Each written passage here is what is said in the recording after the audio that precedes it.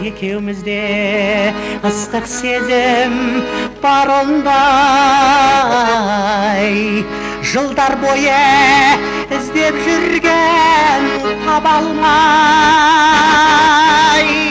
Сен де күліп қарсы келе жатасың, бақытыңа тура тартқан адамдай. Иә, кездесу мен жүздесуді керемет әнге қосқан Жәкеңнің өнері арқылы біз онымен үнемі кездесіп, жүздесіп отырғандай боламыз. Әсем әуеннің ырғағымен екі ұдай күй кешеміз. Осылайша қазақтың ән әлеміне әдемі әрі беріп, жарқырап келіп, жайнап өткен Жақсыгелді Уәлиұлы Сейіловтің есімі өзінің әдемі әуезді әндері арқылы жұрт жадында жаңғырып келе жатыр. Жақсыгелді Сейілов туралы толғанғанда ең бірінші ойға оралатыны Қарагөз ансамблі. Өйткені Жәкеңнің шығармашылығымен Қарагөздің өнер жолы егіз ұғым. Олардың ұлттық руханиятымызға қосқан еңбегі ұлан ғайыр. Битлз бен Қарагөздің тағдырын салыстырғанда жабық қоғам мен ашық қоғамның айырмашылығын түсінесің. Сол Ливерпульден шыққан 4 жігіт ашық қоғам болғандықтан, оларда жақсы өнер туындылары тез тарауға барлық телерадио компаниялар жұмыс жасайтындықтан бүкіл әлемге әсер етті. Ал енді кеңес одағы кезінде біз жабық қоғамда болдық, идеологиялық тұсау болды. Осының бәрінің салдарынан және олар алыста тұрды. Сондықтан да олар шектеулі ғана аймақта таралды, бірақ бірте-бірте әндері бүкіл Қазақстандағы өзі бір буын ұрпақты тәрбиеледі. Жақсыгелді Сейілов пен Қарагөздің мерейін асырған оқиғаның бірі 1972 жылдың күзіндегі Алматы сапары. Кеңестер одағының жарты ғасырлық мерейтойына арналған көркемөнерпаздар ұйымдарының республикалық байқауында Жезқазғандық жастар ансамблі бірінші орын иеленді.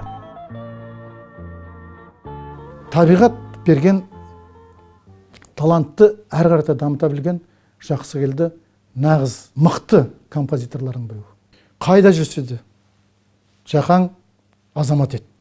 Қазақ халқы оны бір осы 70-ші жылдардағы, 80-ші жылдардағы композиторлардың ішіндегі бір кереметі деп есептеуші.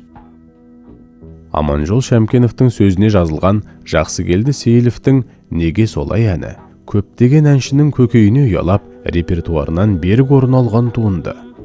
Жақаңның бұл әні сонау 70-ші жылдары Қарагөз ансамблінің орындауында республика жұртшылығының назарына ұсынылған болатын. Ол уақытта заманауи аудиотехниканың тапшы кезі. Сондықтан да болар, Қарагөздің әндері көпшілікке рентген пленкасынан жасалған күйтабақтар арқылы насихатталады.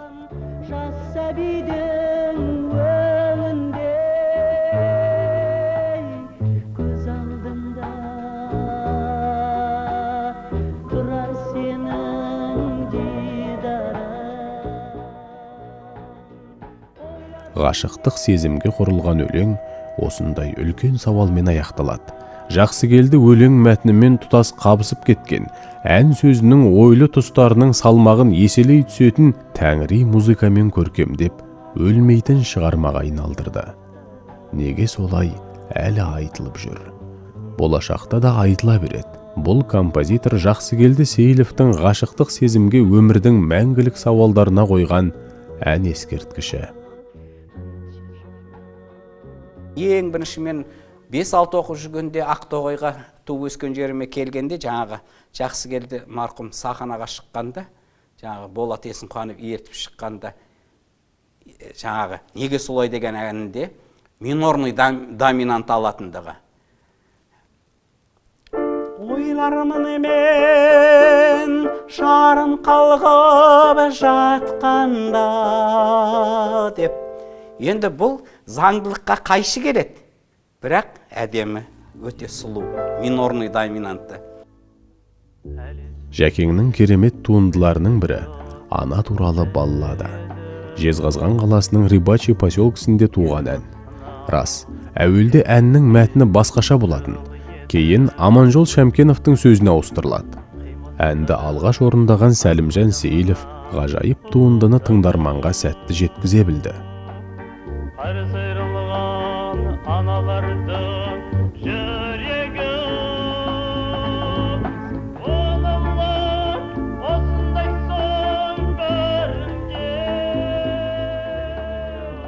Сонымен қатар бұл ән көптеген таланттардың бағын ашты.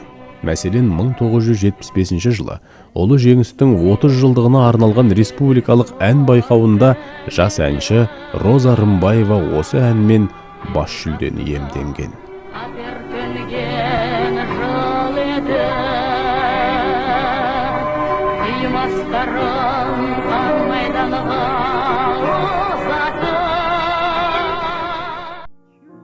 Сол 1975 жылы Литвада өткен бүкіл одақтық саяси әндер фестивалінде белгілі әнші Люция Төлешева «Ана туралы балладаны» ана тілінде орындап жеңімпаз атаныпты. 4 жылдық сұрапыл соғыс қасіретін 4 минут 45 секундқа сыйғызып берген Жәкең қандай талант десеңші. Жақаңның бойындағы қасиеттердің ішіндегі ең бастысы менің ойымша оның елін, халқын, адамды сүюінде ойлап ойлаймын. Сайын Сардаланың көркем сәніне айналған жезгиік ықыласқа қобызбен күй тартқызды. Ақын Кәкімбек ағамызға өлең жазғызды. Жақсыкелді ағамыздан ғажайып ән тудырды. Табиғаттың осынау сұлу жаратылысын жырға қосқан, әніне арқау еткен жандар қаншама. Ал Жақаңның жезгиігі бөлек дүние.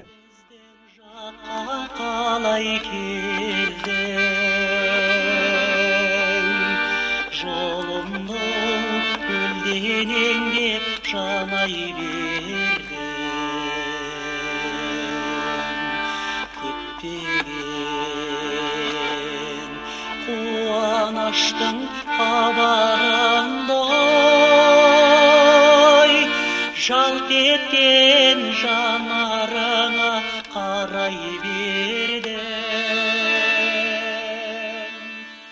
Жақсыкелдімен кездескен сәтінде қазақтың ұлы композиторы Нұрғиса Тілендиев Жақсыкелді, Кәкімбек ақынның жезгиік деген өлеңіне мен де ән жазған едім, бірақ сенің әнің менің әнімнен қуатты екен деп ағынан жарылып батасын береді. Жезгиік новелласын жаздым. Ол музыкалы новелла болды. Соны жазу үстінде жаңағы ән ерекше толқытты мені. Содан қайратқа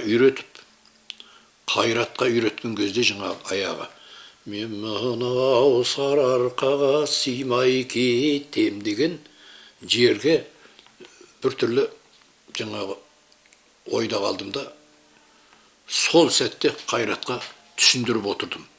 Ол әнді былай қарай жеріне жеткізіп аяқта. Мен мынау сарыарқаға сыймай кетем деп, өйткені сен домбырамен айтып отырсың. Енді бірде ол Жақаңның туған жер деп аталатын әнін тыңдап, Ұлытау туралы бұдан асқан ән жазылмайды. Бұл әннің атауы туған жер емес, Ұлытау болсын деп ризашылық сезімін білдірген екен. Атақты Ұлытау әнінің сөзін жазған белгілі ақын Сайлаухан Нәкенов.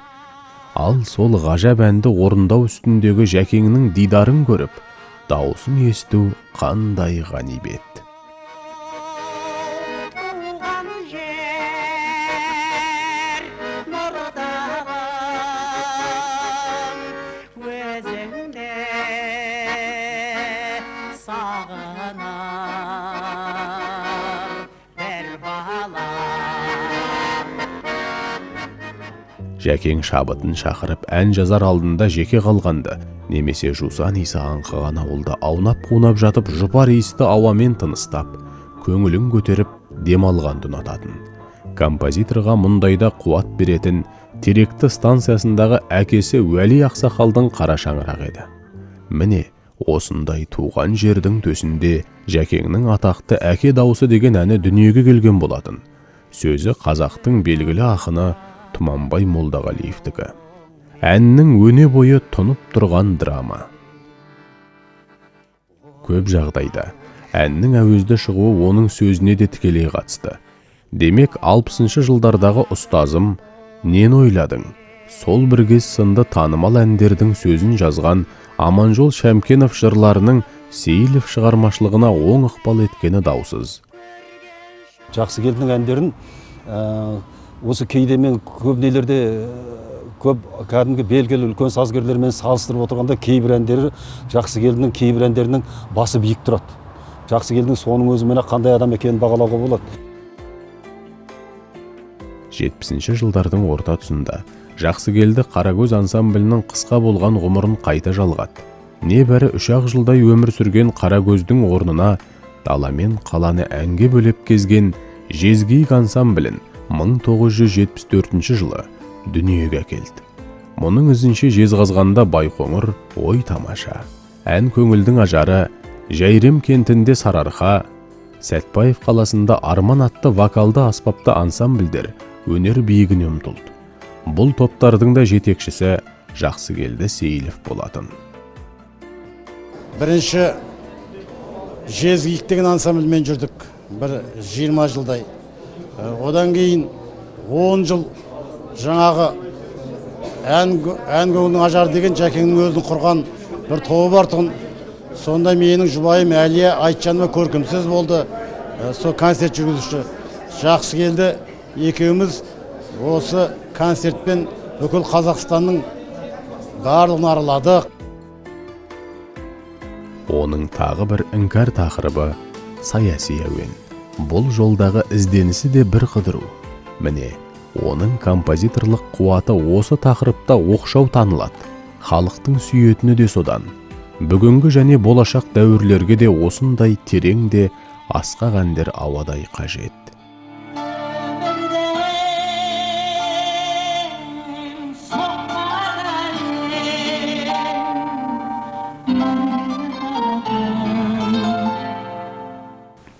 Қарап отырсақ, Жақаңның әндерінде бір жағынан эстрадаға тән ерекшелік бар да, екінші жағынан біздің ұлттық нақышымыз кәдімгі иіс аңқып тұрады. Және менің ойымша Жақаң қазақ эстрадасындағы лирикалық әндердің ең бір биік шыңына көтерді. Елжіреп тұрып айтатын. Және өзі ол Жақаңның жүрегіне шыққан екені білініп тұратын. Жақаңның жүрегі елім деп, әрбір адам деп елжіреп тұратын. Сарыарқаның сағымымен бірге ұшқан. Жезқазған маршы әнінің сөзін жезқазғандық ақын Нұрәсила Бәрменбаева жазған. Сары даланың оқшаулау тұсында бой көтеріп, еліміздің ірі өнеркәсіп орталығына айналған Жезқазған туралы басқа әнде, өлең де жеткілікті. Бірақ дарынды композитор сиқырлы әуенімен осы бір өлеңді өлмес туындылар қатарына қосқан. Онда сүйіспеншілік те, мақтаныш та, өршілдік те, асқақ рух та бар. Мүмкін ән ғұмырын осы қасиеттер өміршең етіп тұрған шығар. Біз бұл шығарманы Жақаңның Жезқазғанға арнаған ән ескерткіші дейміз. Жезді бойы жез қалам, жер түбінен жез далам, алты қалам кең далам, сенен